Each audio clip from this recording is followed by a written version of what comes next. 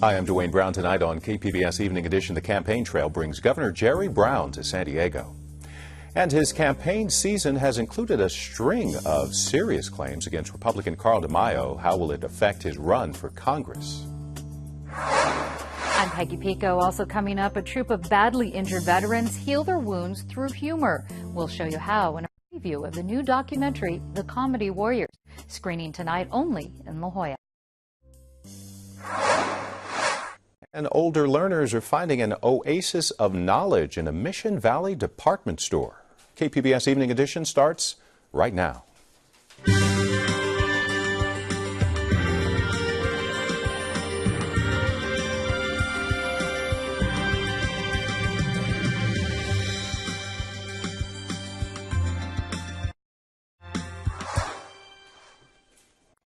Hi, good evening. Thanks for joining us. It's less than a week left until Election Day, with plenty of campaign activity around San Diego. We'll start at the top of the ticket. Governor Jerry Brown making a rare campaign stop here today. But he wasn't campaigning for his re-election. Instead, he was promoting Proposition 2. Prop 1 is Brown's $7.5 billion water bond. It would allocate money across the state for water treatment, ecosystem restoration, and water storage.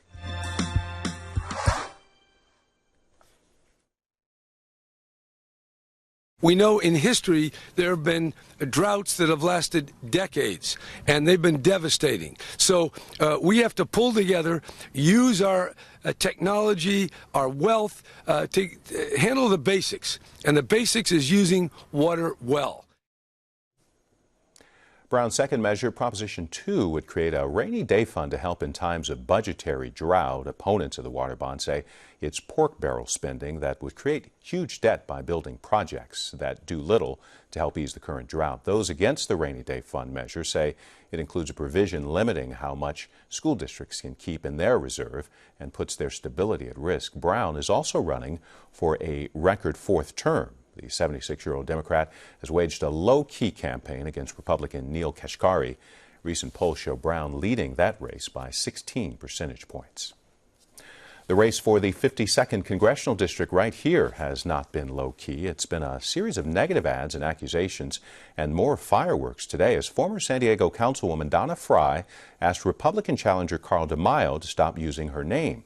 DeMaio has repeatedly touted work he's done with her. They served on city council together and worked on open government reforms. Fry spoke at the campaign headquarters today of incumbent Scott Peters to say she does not support DeMaio. It was difficult to work with him, and says their partnership on the council quickly dissolved. And for a while, it seemed like we actually might get something done. I liked him, and I believed he cared about the public. But that belief was short-lived, and working with him became an effort in futility and frustration. Fry was also asked about recent sexual harassment allegations against DeMaio. The district attorney's office is not filing charges in the case. Fry says she does not know what happened, but says she believes there are more people who have been harassed by DeMaio. What I believe is that, again, based on the many, many women who I've spoken with, and based on others I've spoken with recently, that where there's smoke, there's fire.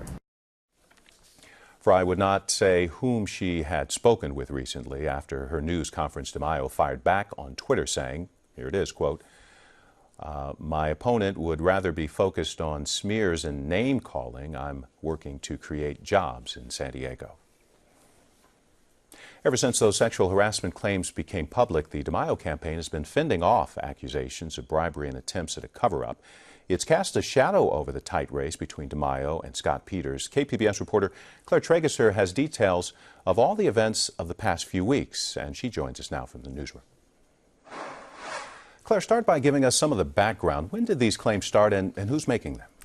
Todd Bosnich was a policy director on the Carl DeMaio campaign starting in October. He's standing to DeMaio's left in this photo. He's 29 years old and has always been a registered Republican. The claims were first heard a few weeks ago, but the allegations date back all the way to December. Bosnich says he was sexually harassed by DeMaio from December through the end of April.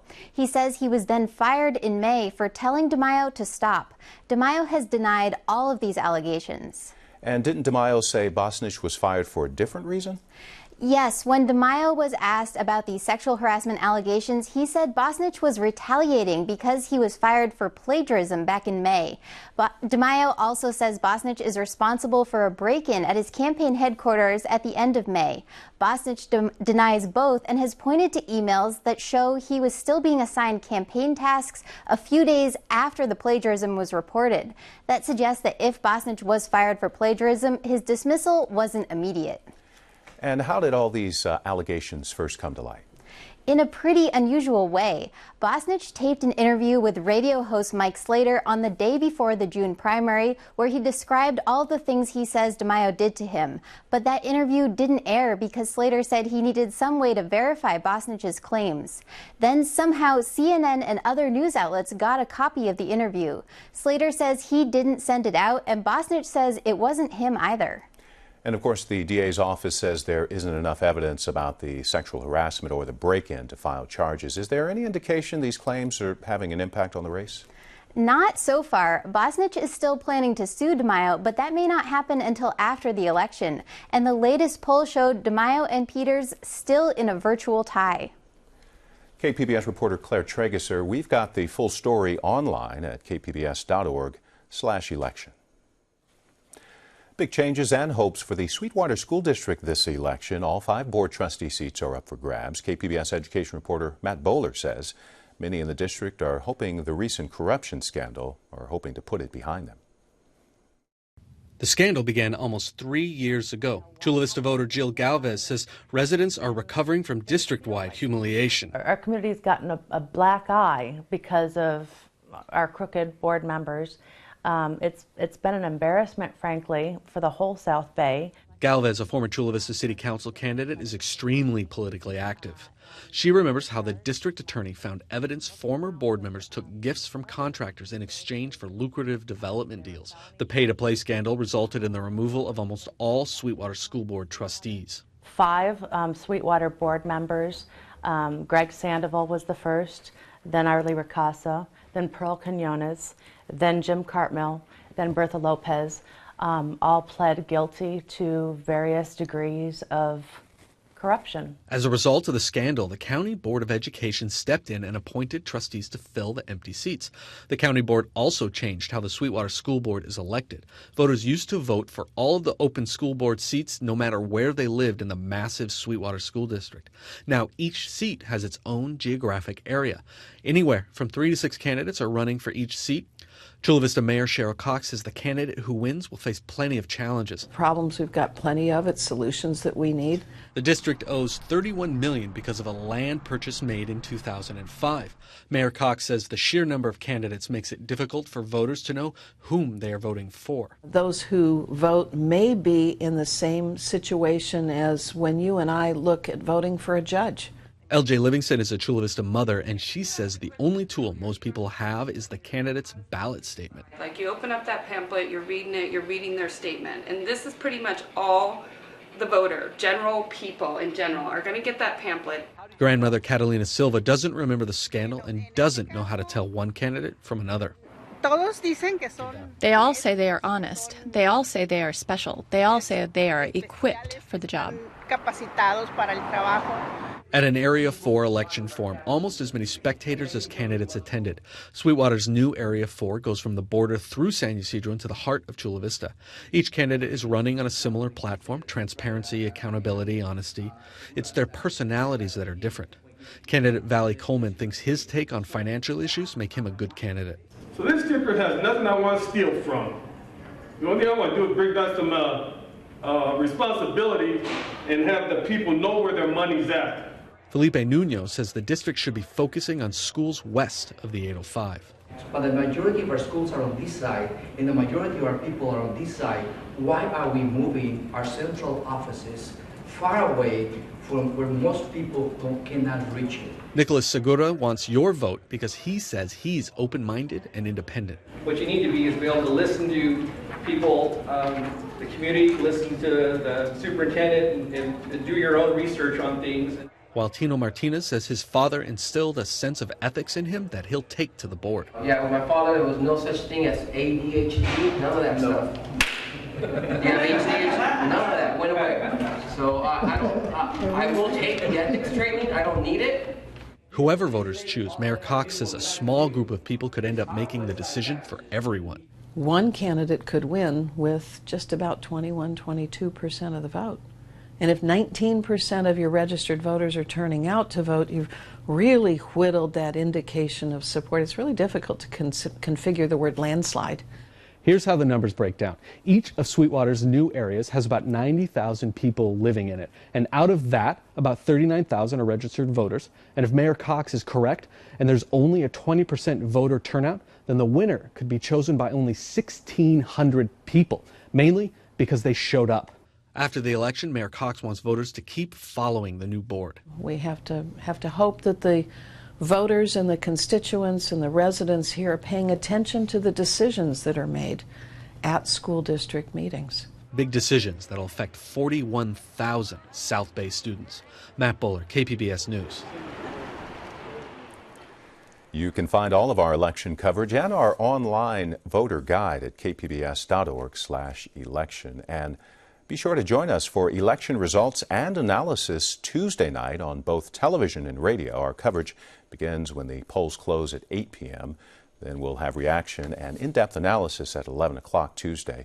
Join us for election night this Tuesday, November 4th.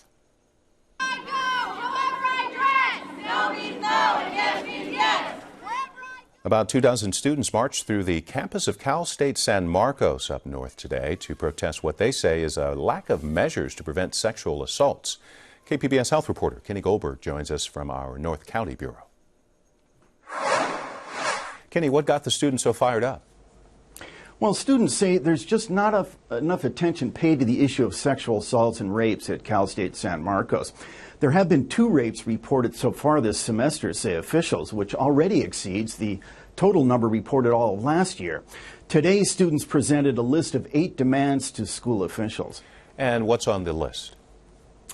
They want the school to hire a sexual assault advocate. They also want workshops on the issue of for all students. And they want to have a violence prevention center on campus. And what do school officials have to say about this? Well, school officials didn't comment on the demands per se, but they did say all students are given information on healthy dating practices and rape prevention.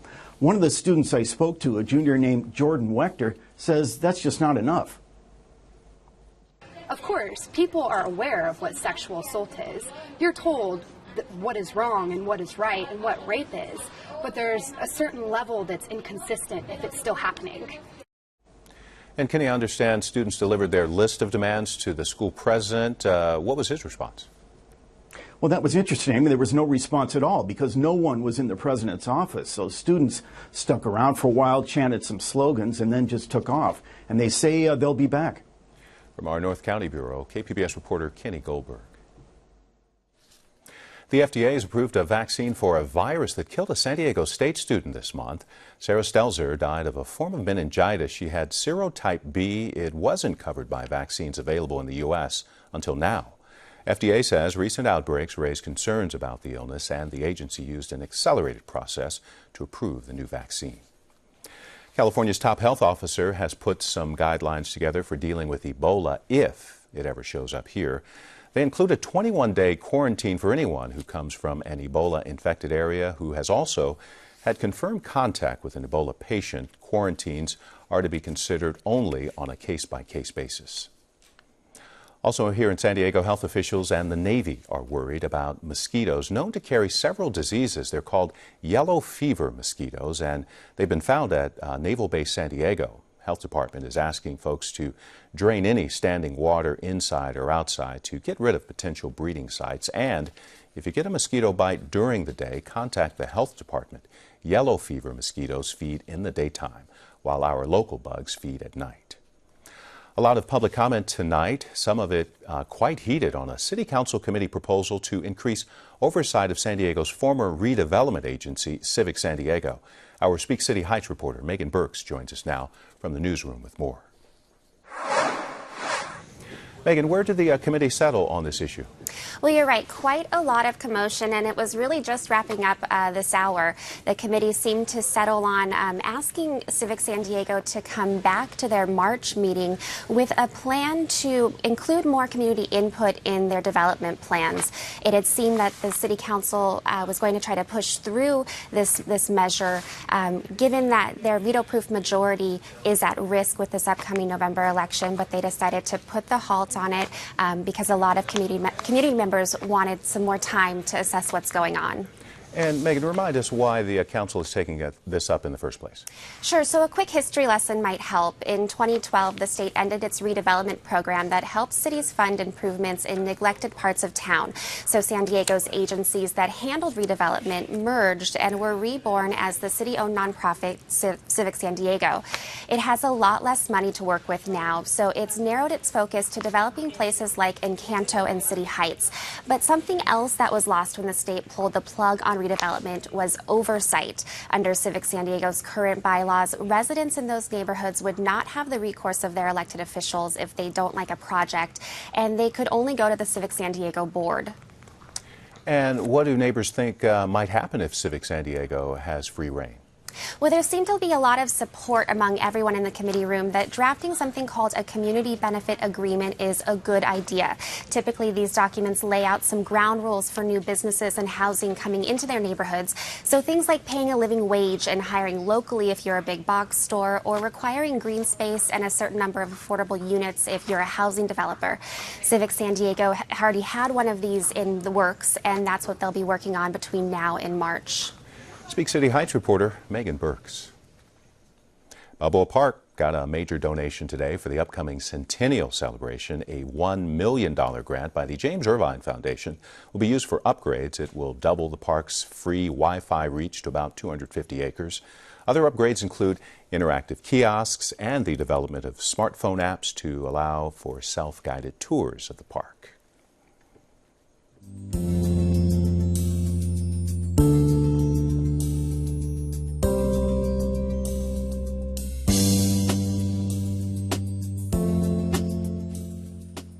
San Diego State will host a two-day White House conference next month. It's for high school counselors. It will focus on motivating more students to get college degrees. Counselors and advocates from 30 states are scheduled to attend, along with representatives from the White House and the First Lady's Reach Higher initiative. San Diego Oasis Center in Mission Valley has 5 classrooms, and one of them is dedicated to teaching technology in English and Spanish. These courses are developed specifically with older learners in mind. What looks like a roving iPad stuck on wheels is actually an example of new technology, allowing the user to connect with people face-to-face, even if they're in another city or place. Hi there. Welcome to San Diego Oasis. What you see today is just an empty floor in a department store. But come Saturday, this entire space will be filled with everything technology.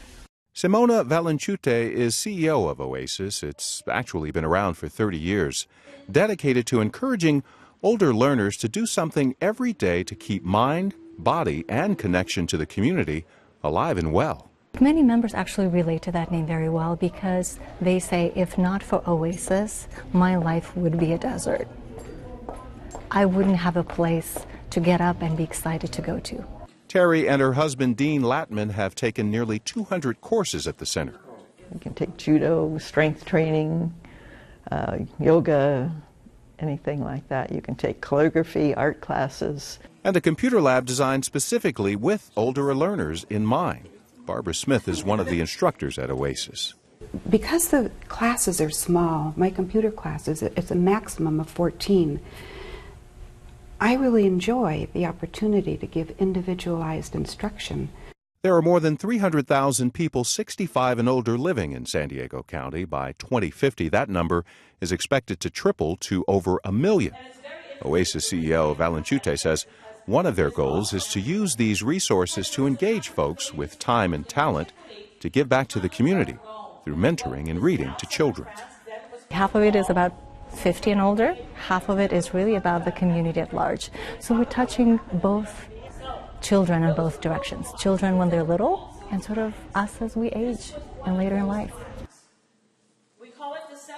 And this Saturday, Oasis San Diego is hosting its free technology fair. It's located on the 3rd floor of Macy's in Mission Valley and runs from 10 in the morning until 3 in the afternoon.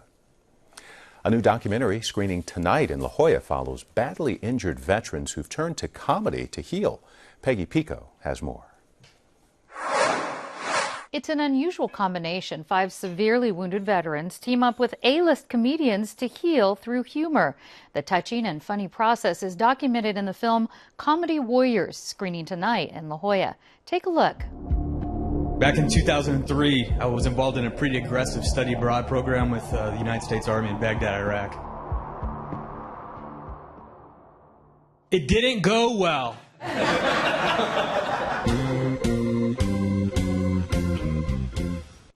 Joining me is retired Army Sergeant Joe Cashnow, a wounded Iraq War veteran turned stand-up comedian featured in the film. And welcome, Joe. Thank you. Very excited to be here. Thank you. Good to have you. Now, how did you get involved in this film?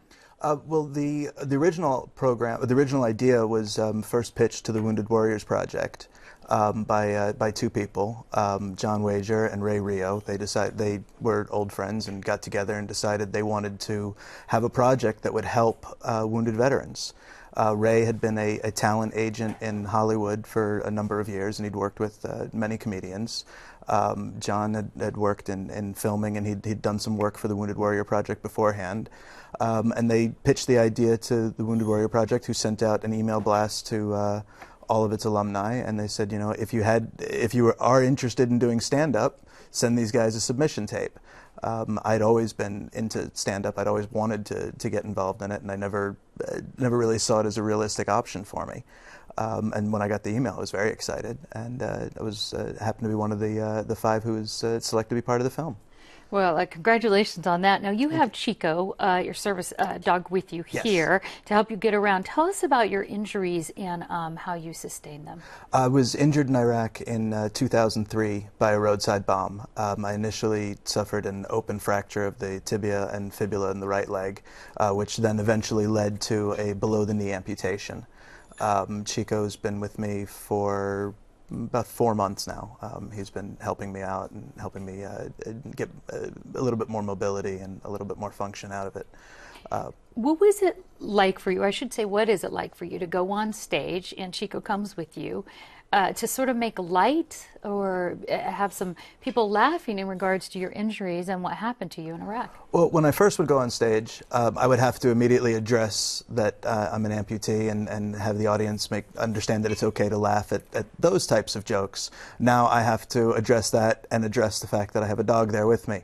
So it's just been a little bit more writing, I think, that's gotten into it. Have you found that the audiences are hesitant to laugh either along with or at the jokes a Wounded Warrior makes? I found if I don't introduce myself properly, if I don't set the audience up to be comfortable with the fact that I'm an amputee right away, they might be uncomfortable throughout the set. But if I take the time, the 1 or 2 minutes right off the bat to make them laugh at a one-leg joke or however I decide to break the ice with them, then they tend to come with me a lot easier. Now, the tagline in this film is, you know, healing through humor. How has doing the stand-up comedy helped you heal? Well, writing comedy, I think, is what's helped me heal. Performing it, I find, helps other people with their pain and whatever it is that they're dealing with. I've used comedy throughout my life. You know, anytime that that I've faced a difficulty or a dark time in my life, I've made light of it or made fun of it. And when you laugh at something, it does tend to take some of the power and pain away from it. Well, as you know, here in San Diego, we're a big military community. What do you hope the response is from the military people living here? this? Well, I hope the response from military or civilian is simply that they can see the film and realize that whatever adversity you face in life is not. Well, it may certainly be difficult, and it's something to get through, but it's not hopeless. It's not that dark. I think that's the main purpose of the film, or my main message out of it, that whatever you're facing, you can move past. And you did end up here doing something that you'd wanted to do being a stand-up comic. Do you think that this will lead to a further career in stand-up comedy? Do you hope it will? I'm certainly hopeful that it'll lead to a comedy career. I've got a number of jobs actually booked for November, which we're really excited about, that I'll be getting to perform a lot more in the next few weeks, and hopefully that will lead to the next few months and the next few years where I'll be performing as much as possible. All right. Well, fantastic talking to you, and look forward to seeing the movie, and glad it's airing here. Retired Army Sergeant Joe Cashnow, thank you very much. Thank you. I want to let folks know that you can see Comedy Warriors. It screens tonight only at 7 o'clock at the Lawrence Family Jewish Community Center in La Jolla. For ticket information, go to our website, kpbs.org. The first Pacific storm of the season is expected our way, bringing hopefully much-needed rain this weekend. Mid-70s along the coast tomorrow, and it will go down to the mid-60s by Saturday. It will cool down as well in the inland valleys Saturday, only looking at upper 60s. Mountains will start out in the low 70s tomorrow and then dip down to the low 50s on Saturday. No rain, though, in the desert. 90s there tomorrow, then drop back to the upper 70s. You can find tonight's stories on our website, kpbs.org/evening edition. Thanks for joining us. Have a great night.